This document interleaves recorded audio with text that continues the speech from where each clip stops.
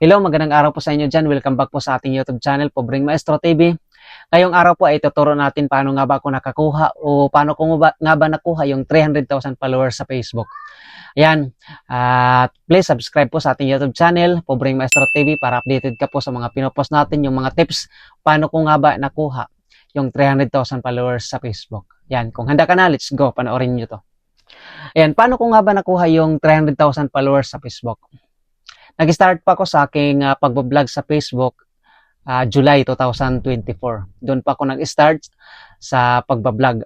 At una ko pong ginawa, kasi may nagturo po sa akin na katrabaho ko, paano nga ba yung pagbablog, paano nga ba yung pag-upload, pagre-reels.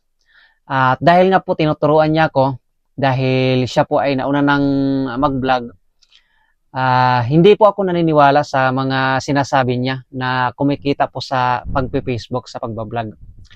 Hanggang dumating po yung time na sa kanyang pagbablog ay nakasahod siya. Yan, nakasahod po siya sa kanyang pagre-reel sa Facebook. At yung payout po na nakuha niya ay mahigit 3,000. At doon po ako nakaisip na totoo nga po talaga yung pagbablog sa pagpe-Facebook. Dahil nakakuha siya, naka-payout siya ng mahigit 3,000. At doon na po ako naniwala. At ayan, nagpaturo na po ako sa kanya dahil lagi niya naman sinasabi sa akin na Sir RG, mag-vlog ka na. Dahil totoo talagang nakaka-payout, nakakasahod. At doon na ako naniwala, doon na ako nag-start. July 2024, last year. Kasi July 25 na ngayon eh. So doon na po nagsimula yung pagbablog ko. No? At sa time na yon, last year, ay dahil nga po yung katrabaho ko ay nagsimula siya sa reaction video, yun din po yung ginawa ko. Ginaya ko siya. Nag-reaction video din ako. At yung explain ko lang po, ano nga ba yung reaction video? Yun po yung mga video na kinukuha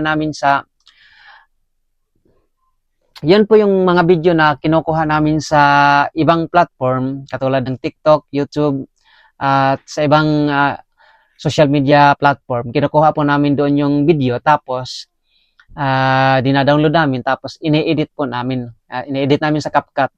Tapos nilalagyan namin ng mukha, uma-appear yung mukha namin doon sa video, tapos nagbo-voice over kami.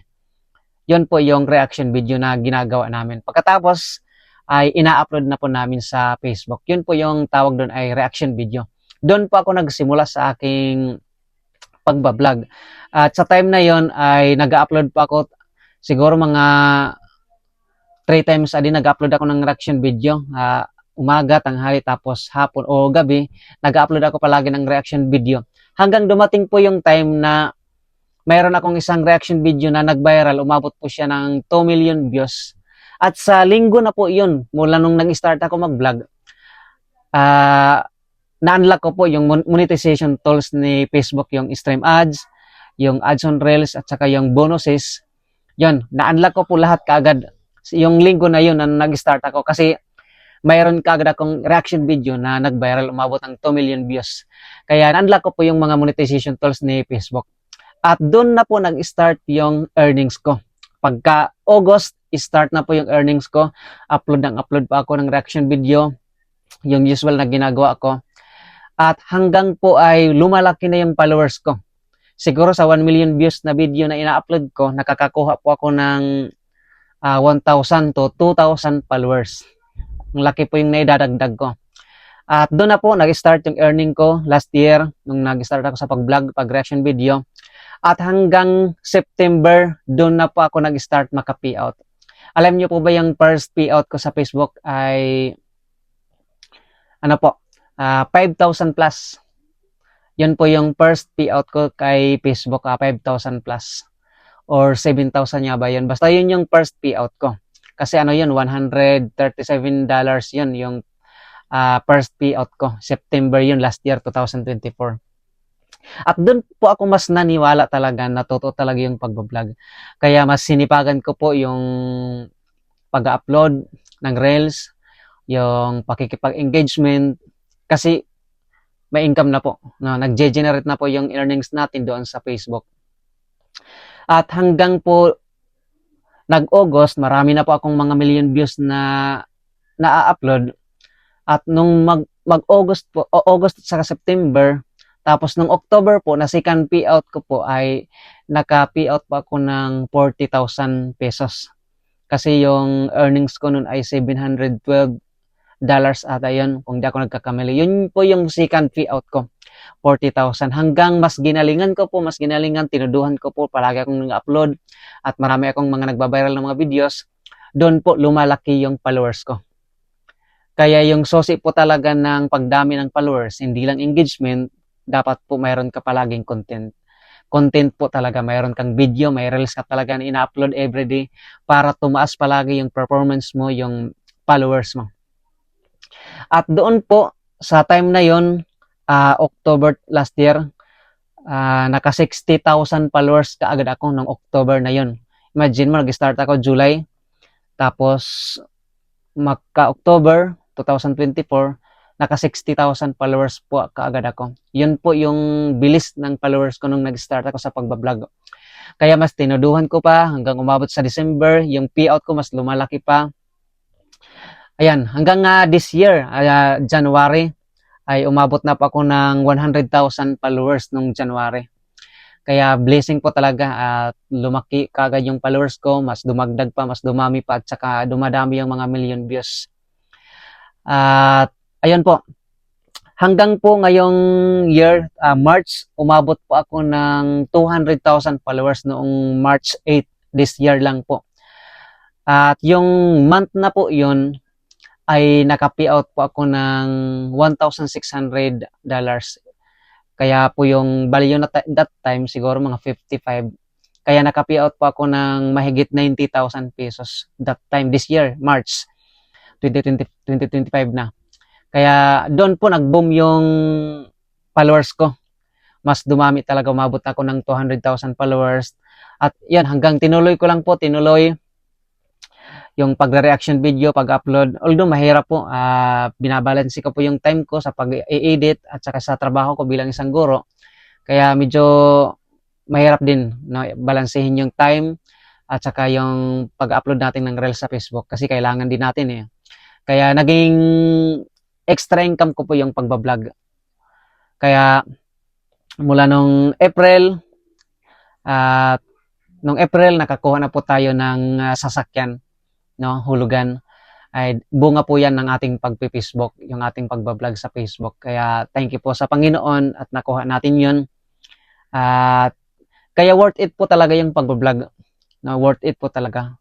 Kaya wag kayong susuko kung kayo ay nag-start pa lang para makadami kayo ng followers. Damihan nyo ng pag-upload. Sipagan nyo lang, no, para makarami kayo at makakuha at maka-achieve kayo ng mga gusto nyo ma-achieve sa buhay.